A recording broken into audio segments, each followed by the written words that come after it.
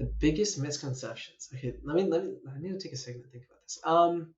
Okay, I think that for the most part, uh, the interviewers are trying to get to know you more and be friends with you. They're not out to get you, and I think like that's a big misconception. Is oftentimes the interviewers are just trying to get to know you more.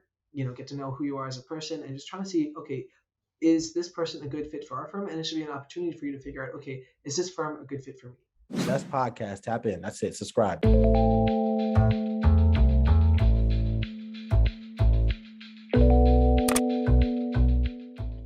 Hello and welcome to episode 13 of the STU STREET podcast. Today I'm your host Arkash Jain and I have with me someone super special.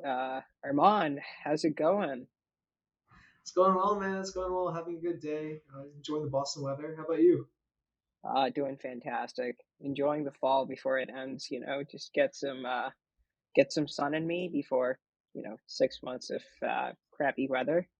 But why don't you give the people a little bit of an introduction about yourself, and we can dive deep into this podcast's main theme.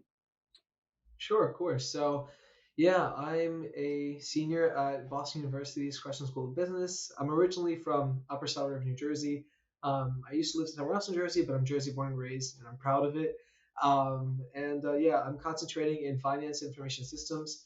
This past summer, I interned at HSBC, which is a large multinational bank, and I'll be returning there come next summer. I'm excited to start that. But yeah, my general interests lie in finance, entrepreneurship, cars, technology, and the consumer sector. So, a wide variety of things. But that's just a bit about me. Congratulations on HSBC, Armaan. Really happy Thank for you. you. So let's obviously take a step back. I wanted to interview you because I wanted to talk about investment banking in particular because it's one of the most sought after jobs right out of college. And I'm sure a lot of people listening who are interested in finance or IB would love to get to know more about the process from someone like you. So before I dive deep into that, I know that you've held various positions throughout the years at BU. So let's start with why did you choose finance and which positions did you undertake at clubs or at Questrom, which is the College of Business at BU? Let's start with that. Yeah, sure. So, my interest in finance started towards the end of high school. I took an AP Econ class for macroeconomics, and I learned more about the economy there, just the general business world, and how various governments operated and how they controlled their monetary policy. And so, because of that gave me a bit of an in into the whole business finance realm. And so, I was already coming into school knowing, okay, I wanted to do business, and finance is definitely a potential route, but I didn't really know that I wanted to do business until I took, sorry, finance, until I took SM 132, which is like for question students, so business students at BU, it's the introductory finance class. And because of that, that kind of, encouraged me to join other finance organizations on campus. So I joined the Finance and Investment Club and the Financial Modeling Club. Um, Within the Finance and Investment Club, I started out as pretty much everybody, a junior analyst in the investment research program. And I started out in the TMT sector there. So that gave me a lot of great foundational knowledge in terms of, how to look at companies from an analytical standpoint and, how broader industries work and interact with each other. And within the Financial Modeling Club, that gave me, a lot of the technical expertise necessary to, break into some of these finance roles, such as investment banking. So after becoming an AJ in the Finance Investment Club, I then became an SA.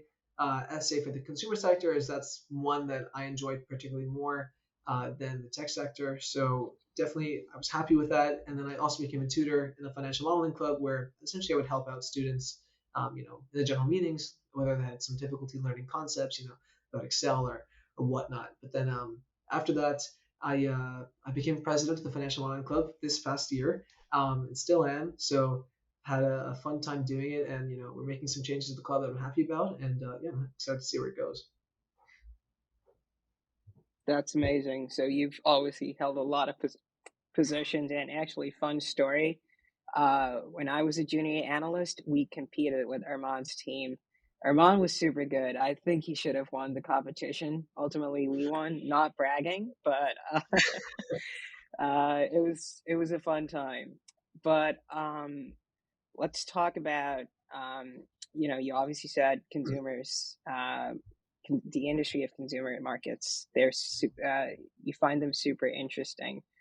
Is anyone in your family in business on the consumer side? How'd you get interested in that? It's such an interesting industry to talk about. So Yeah, go I for it. mean, yeah, I think like for the consumer sector, firstly, why I'm interested right now is, I think a lot of the products that the consumer industry, is involved with, you touch on a daily basis, you interact with, you see, you know, and so that's something that I found super interesting. So, what's cool about like industrials and other sectors is that they deal with some super complicated and very, interesting items, aerospace defense, for example, but that's not something I see myself interacting with on a daily basis. But if I'm working with the skincare line or, something involved, maybe beauty, healthcare, whatnot, within the consumer sector, that's all something that I found to be, very interesting. Now, with respect to like any familial ties to the sector, I mean, yeah, I was exposed to it definitely at a younger age. My parents both worked in the consumer industry, also known as the CPG industry, as some people call it, and so um, they dealt with consumer products, and so I was always exposed to like new and developing products within the industry that and that fed my interest throughout my childhood, and that's kind of why I have it now. So yeah. Did that in any way shape your interest in finance, especially because you'd seen your parents in that industry and you'd probably worked there a few times? So did that impact your decision to go into finance? Yeah, I mean, like, I definitely did help out, throughout the years, but I wasn't terribly involved. I'd say, like, honestly, coming from the consumer standpoint, yes, there was a financial aspect to it, and it was more a marketing aspect. And I'd say my interest in finance definitely is connected to the whole CPG side because I wanted to understand more about how these large CPG brands operate. What's their business model? How are they so successful? And that's something that I definitely felt like the finance background would help with, and something in IB, investment banking that I thought would help with. So definitely it had an influence, and yeah, it's also part of the reason why I'm here at HSBC. Is that the primary reason you chose to go into investment banking? Because it's obviously the most sought after job right out of undergrad. If you're a finance major, we all know it pays well, but why'd you decide IB specifically? Why not operations or something else like PE, VC? Yeah. So I think with IB, obviously, I think you mentioned one component is that there's very good compensation associated with that role. But I think beyond that, what interested me more is when coming out of school, I wanted to be in an environment where it's very dynamic, high growth, and something that would challenge me. And I found that honestly, most within IB, and I can say, I experienced a lot of that over the summer. No day was the same. There was always something different, something new to the day, and that's something I enjoyed a lot. And within IB as well, like starting out at a bank that has a generalist program, you also get exposed to a variety of sectors, which you potentially might not get exposure to it in different industries. I was also considering like consulting and accounting, and those are like also great industries to get to learn more about how a business operates. But I think the special part about investment banking is you're dealing it with transactions that are really transformational. You're helping a company, you're advising them on maybe who to get acquired by or vice versa. You're helping them raise equity or debt, and these are all super important decisions for a company and their business journey. So that's also one more item that attracted me to it. So I'd say like IB is it's a combination of the fact that it's dynamic, it's high growth, very interesting, and of course, like I can dip my toes in a lot of different items being a generalist. Seems like it's super involved, and the decisions you help people make, they can change lives and obviously companies. So I'm Yeah. happy you found IB, but for those of you listening, because we do have a lot of freshmen who listen to the podcast, can you elaborate on what IB is? And I apologize. I know both of you and I know what IB is, but just for someone who's in Nevair, let's dive deep into what is IB and why is it so attractive? Yeah, sure. So, at a high level, investment banking is involved on the sell side of finance. So what does that entail? That essentially entails where an investment bank is an intermediary. Okay, you can have a variety of functions. For example, one function is representing the seller of a company and helping them find the correct company to buy, what the seller is selling. Okay, does it make sense? There's also another scenario where you're representing a buyer and you're trying to find an appropriate target for them to buy. This is what's known as mergers and acquisitions. It's where one company buys another, and it's a very popular product for investment banking. Additionally, there are a variety of other services that investment bankers can offer. So another example of a service would be on the debt side. This could be helping them raise bonds or debt money for them to operate, which is absolutely crucial for being able to grow at a relatively low cost. And there's also the equity markets. Let's say you don't want to take out debt. Investment bankers will help you get listed on a public stock exchange. That's a big part of the equity capital markets division within investment banking. But at the end of the day, what is the job of an investment banker is to satisfy the needs of the client and help them achieve their business objective through the correct methods, whether it be mergers and acquisitions or capital raising. Now, obviously, a lot of M&A activity and IPOs, they happen, in better market conditions, let's say that. So, I think everybody reads the big paychecks. Everybody reads the big companies getting taken over, like Slack getting acquired or, Citrix going private, stuff like that. But what do you do in a bear market and in a market so bad and so unique as the one we are in right now? What was your experience at HSBC? Yeah, so I mean, you bring up an interesting point.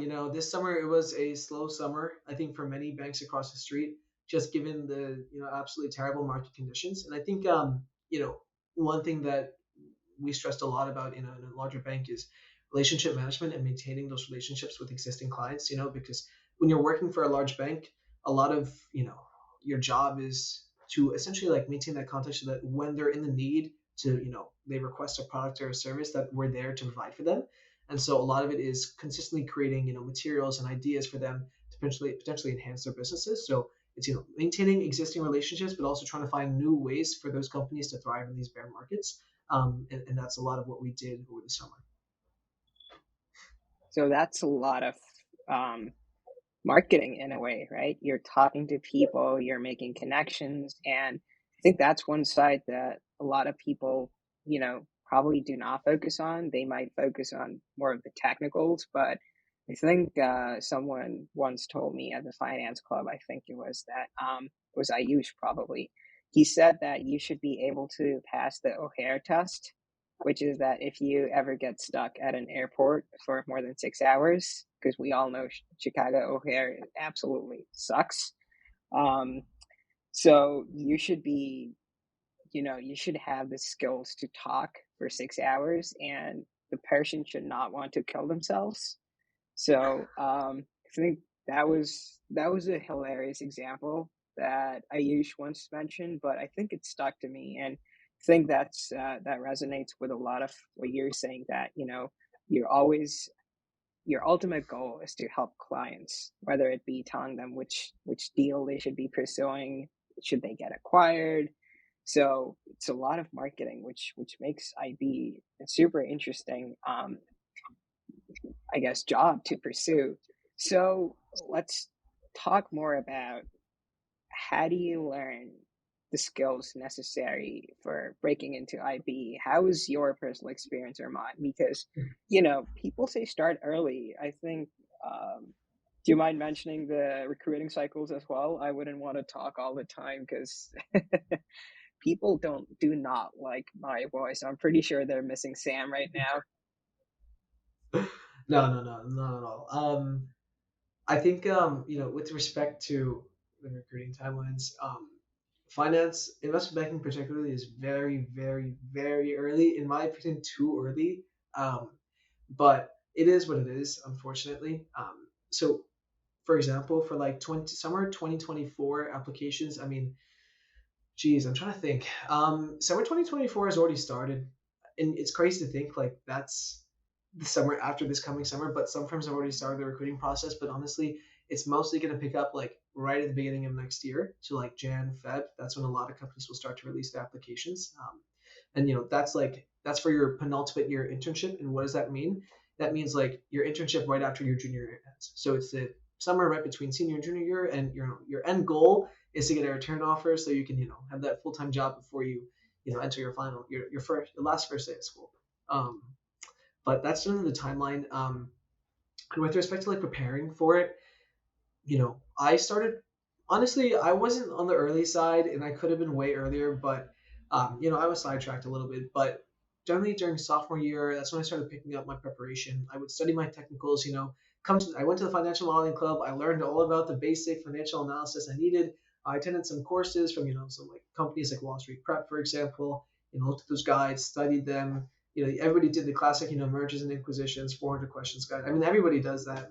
Those are like some classic steps, but just getting down your technicals. And I think like, with an IB, one thing that my mentor stressed to me is like technicals are baseline and you're expected to know them. I mean, obviously there's a little bit of leeway when it comes to getting them correct, but what makes the real difference is your ability to answer the behavioral questions and come off as like a genuine candidate and someone who, these people would want to work with. And so that's something I specialized, in like really practicing after I learned my technicals. And I realized that immediately in my interviews that, they cared a lot more about the behaviorals than the technicals once you got the technicals right. Like obviously the technicals have to be right in investment banking because, that's a very easy way for people to just mark you off. It's a very competitive industry and these interviews are like that. So you got to get that done. But then, after that, you have to let your personality and your behavioral skills shine in order to get the role. So I specialized in making sure that, that was on point in the interview process. And yeah, that's kind of like how I prepared. That circle back to the point that we were mentioning earlier, right? That it's a lot of, marketing. So marketing might not be the perfect word, but you have to be sociable. You have to be someone they can talk to. And oftentimes people tend to ignore that. So I know you're a fantastic person to talk to, Armaan. I could talk to you for hours, actually, but I don't think anyone wants to hear that. So, but that's I think you mentioned an incredibly important point. And in terms of recruiting, actually, I think even I tried to do IB. That was before I decided I'm a software guy. I'm a computer science guy. I cannot look at Excel spreadsheets. But I remember RBC released their applications in October for, Very I early. think it was 2024 or 2023. I forget. It was super early. It was for 2023, actually. October of 2021, they release applications for 2023. I know that Goldman, Morgan Stanley, JP, they release around, what is it, March, April Yeah, Mark. sometimes. I Then think, you just get, yeah, definitely. I mean, yeah, right? RBC. Sometime around Yeah, there. most of them. I think GS is a little. Goldman is on the later side. I think like when I did it, I think they were actually Goldman when I applied, they were like July. But definitely JP and the other bulge brackets, they were on the earlier side. But RBC is special. They're like, from what I know, they're like always one of the first to release applications. So Yeah, and it's crazy. Obviously, some of the small banks they take their sweet time. It's like 8 or 9 months before, but the bulge brackets they are not messing around. And how do you? I guess one of the questions that always came to my mind when I was sort of applying to those jobs was how do you learn those technical skills? Because I know during sophomore year of college, especially, I mean, if you're at BU, I know how it works. You take SM 131, 132, then you go into your basic accounting classes, the big finance classes that are like super interesting or super important. They come after or towards the end of junior year. So, where do you prepare your technicals from? What were the technicals that you felt like I need this. I need to learn this to get a job. yeah, definitely. So like, you know, once you take in your introductory finance classes, you have a whole slew of other, business related classes you have to take before you can, hone in on your concentration related classes. And unfortunately, I think that's not the best part about Questerman. I think because of that, like, it hinders a lot of applicants from having the correct knowledge to approach these interviews. And like, it requires the students to then, go study on their own. So I think, how I approached it was, okay, I understood that I have core to take, which is another program as part of, Questrom that you need to do before you take most of your concentration classes. But I knew that, okay, I need to study my own. So how would I approach this? I would simply go online, research, okay, what technical skills are necessary for IB, and went from there. And I also had mentors that I reached out to, people within the school who had gotten into investment banking, They had helped me. They said, okay, why don't you take a look at this resource? And you may be wondering, as Arkash said, what exact technical skills are necessary. So I'd say like firstly knowing your baseline accounting, um, and just how to like link the various financial statements and like various accounts, and how one transaction may reflect in each of those statements. That's super important. But then moving on to like valuations, so like discounted cash flows, comparable companies, precedent transactions, even LBOs. Although that's honestly it depends on the firm. Some firms will ask a little bit more about that. And LBOs are leveraged buyouts. It's a type of financial transaction. So those are examples of skills that you should know, and like know a little bit about mergers and acquisitions, and like how to create those various models. But those are like examples of skills that you need to know on the technical like side. So yeah. And I know the Financial Modeling Club helps you learn a lot of those skills. So just giving you a shout out, man. I know you tried to recruit me so many times. I wanted to come, not gonna lie. But the problem is, as soon as you start mentioning words like accounting and LBOs, my brain it just missed. I'm sorry, I'm just dumb, I guess. In that sense, I cannot do finance, but I have a little bit of knowledge about LBOs actually. It's what PEs do, right? When you're taking a Exactly. company off the stock market. Hey, I'm not so bad at finance, huh, Armaan? Yeah, I mean, yeah, that's definitely one One aspect of upping it. Yeah. you.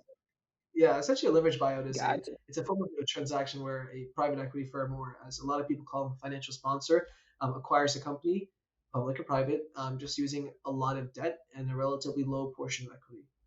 And so there's a whole slew of analysis that needs to be done for those types of transactions. Gotcha. That sounds like fun stuff. Not gonna lie. I'm not kidding this time. I'm not kidding this time. I do love working with startups and companies. So, a lot of the times when you see a mature company go private, you're excited to see what happens next. Especially this is the golden age of private equity. So, yeah, that's something interesting to mention about. Oh boy, I did go on a tangent, but sorry about that, Herman. We were Okay. talking about investment banking. All good. I happened All to do good. that. So, um, tell me more about your interview experience. How was your interview like in terms of, you Mhm. obviously mentioned that there were a lot of interpersonal questions aside from the technicals, but what do they talk to you about? What happens in an IB interview? How many rounds do you have? Do you mind elaborating? Yeah, sure, of course. So I had interviews at a variety of banks, some bulge, some middle market, um, and I think honestly it varies a lot. Some of the bigger firms, what I'm noticing now is like they'll do a hire view, which is like a pre-recorded virtual interview where like a video will ask you questions and you just have to answer with the camera and record it. That's it. So that's your first round, and then your oftentimes is your second or last round is a super day, which is essentially a 5 round interview where you sit down and are interviewed by a bunch of people. Sometimes they may be two-on-one interviews or one-on-one, and it'll be a variety of behavioral and technical questions. So that's like on the bulge side, but at HSBC it was a little bit different. We first had to complete some like introductory assessments, so some job simulation assessments, analytical assessments, and once you pass those, you then get asked for a first round interview. I had my first round interview, and then I waited a little bit. Like I think it was around 2 3 weeks maybe, and I got an email for a second round interview. Had my second round interview. So the first round was like almost all behavioral. There was a bit of a brain teaser at the end, which I did end up getting after after a little bit.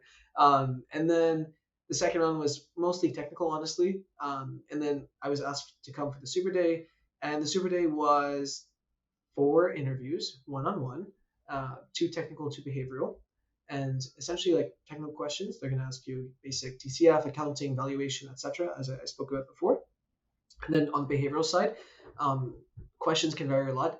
Oftentimes, I like behavioral interviews a lot because it's not so structured. The conversation can go to a variety of places. So I remember in one interview, we had talked. I had mentioned the consumer sector, and we just went on a whole tangent in the interview talking about the consumer sector. And like that's something I really am fond of in interviews, when you can just find something that the interviewer loves talking about and just talk more about it. That's something I think that is great for any candidate to do.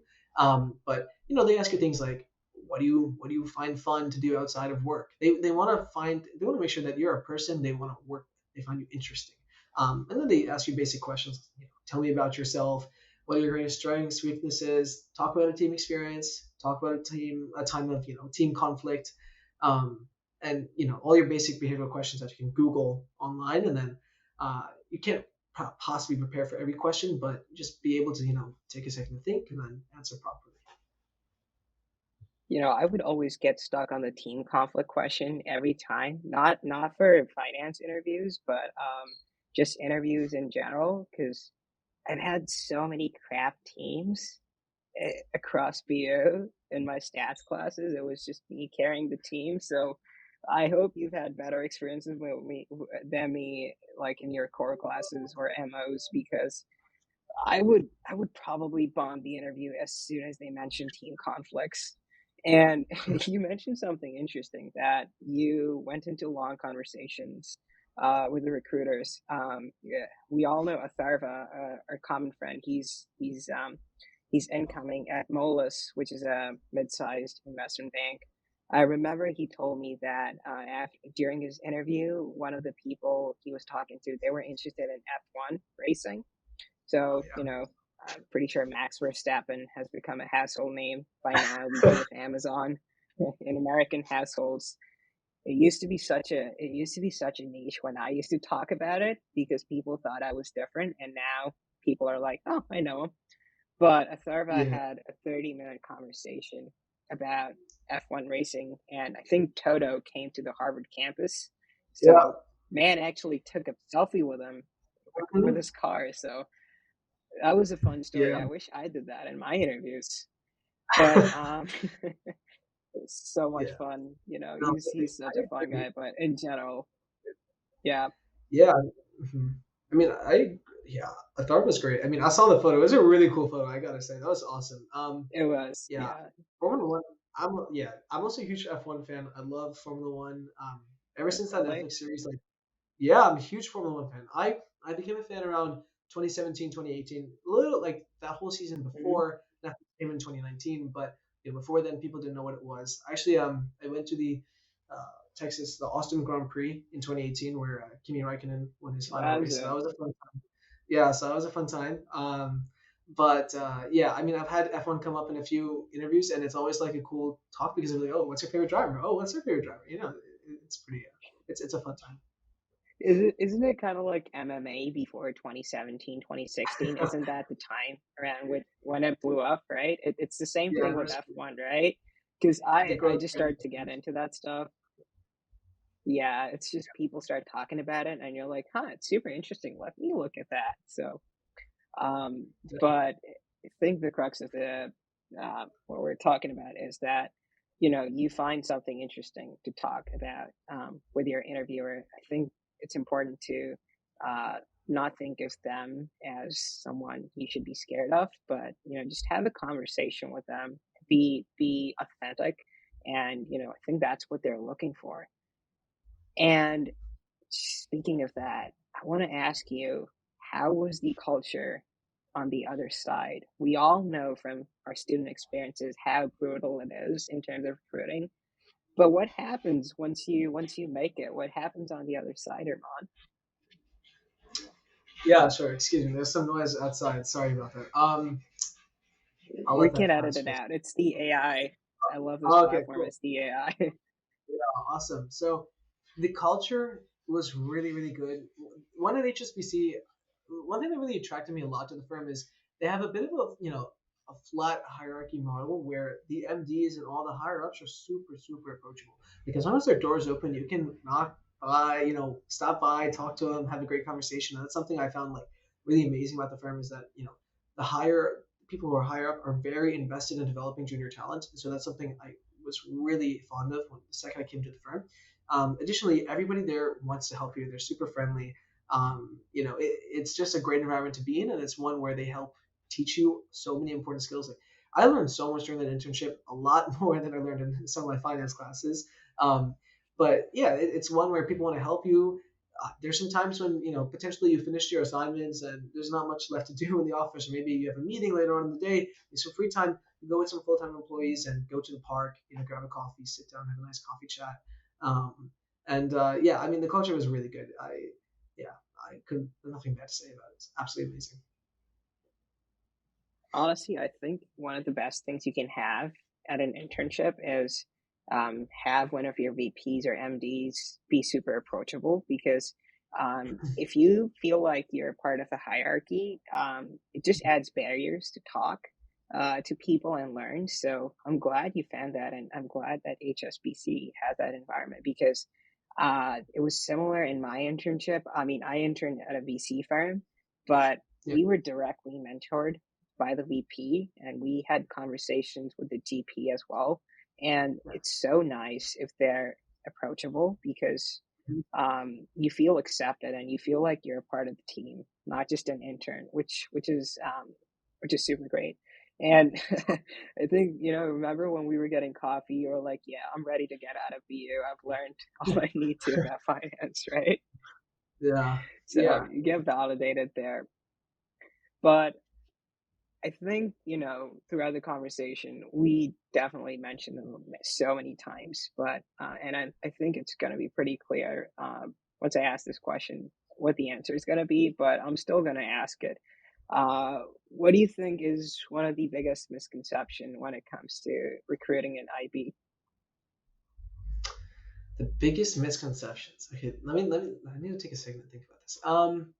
Okay, I think that for the most part, uh, the interviewers are trying to get to know you more and be friends with you. They're not out to get you. And I think like that's a big misconception is, oh, I gotta be ready to be so defensive, in this interview and be ready to answer any question, whatever they throw at me, which is true. You gotta be ready to do that. But oftentimes, the interviewers are just trying to get to know you more, get to know who you are as a person and just trying to see, okay, is this person a good fit for our firm? And it should be an opportunity for you to figure out, okay, is this firm a good fit for me?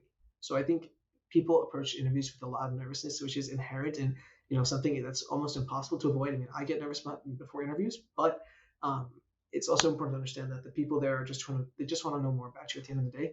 And yeah, so I'd say just be less nervous for interviews and look forward to it as a learning opportunity to learn more about the company, but also an opportunity to actually improve your interviewing skills. I hope you were nervous before talking to me. That would be such a shame, dude. No, no. I hope I'm not daunting when I'm talking. I try to be as nice as possible, but Good. I think you sum it up perfectly. I hope so. I hope so. I mean, that's just me saying. I haven't heard anyone else say it, so um, need some compliments. But anyways, I think you sum it up perfectly. You have to be sociable. You do not have to fear your interviewer. And obviously we mentioned the timeline. You start early. You prepare your technicals, Google questions. It's a lot of self-learning, and ultimately just be confident, be yourself. And I think that's probably the best message anyone can get out of this conversation, whoever's listening. So ultimately, what advice would you give, Armaan, to someone listening who's interested in going into IB? That's a good question. What I'd say is for me, I lost a lot of time in school due to COVID. A year and a half out of school virtual. I'm a senior. I don't feel like a senior. Um, I can think very easily about my freshman year, and it doesn't feel too long back. So what I'd say is coming into school, I was very career oriented, and I still am, and that's not a bad thing. But enjoy the moments, enjoy school because it's never gonna come back. You're not gonna get a freshman year back. I mean, it's impossible, right? So take it, enjoy the moments, but also I think it's also just important. Don't stray too far away from your overall objectives. Stay focused, but also have a fun time. And I think if you're able to do both, then you're set pretty well. That's fantastic advice, and I completely understand what you're saying in terms of feeling like you just came here, because I feel like I landed here yesterday, freshman year, because I also came in during COVID and I'm a junior. So um, whenever I read the BU newsletter welcoming a new class, I'm like, class of 2026? Wow, I am old. And you start seeing freshmen down Com Ave, you Yeah, start to feel like, wowza, how many years have I been here? But you love yeah, the time, so I'm just trying to it's soak it crazy. in before everything else. It's I crazy, right? I agree. Yeah, I mean, like when I came into freshman year, we have this building in BU called George Sherman Union. It's like a large student like area where you can go and get food. And outside of it, there are flags with every class here. I remember coming in, seeing class of 2023 as the last flag, indicating we're the newest class. And now I see it as the first flag, which is slightly scary. But I know. it is what it is. You got 2026 coming. Then you see kids touring around campus, and you're like, holy crap, wow. So time has passed. So time is brutal, man. But I think you've made the most of your experience at BU. Obviously, you got so much success ahead of you working at HSBC, and yeah, this was. I think that's the best note to end the podcast on. This was episode 13 of the STU Street podcast, and my interviewee was Armaan Israni. Thank you so much for being on, Armaan. Thank you, Arkash. You did a great job. I appreciate it, man. All right, take care. Bye. See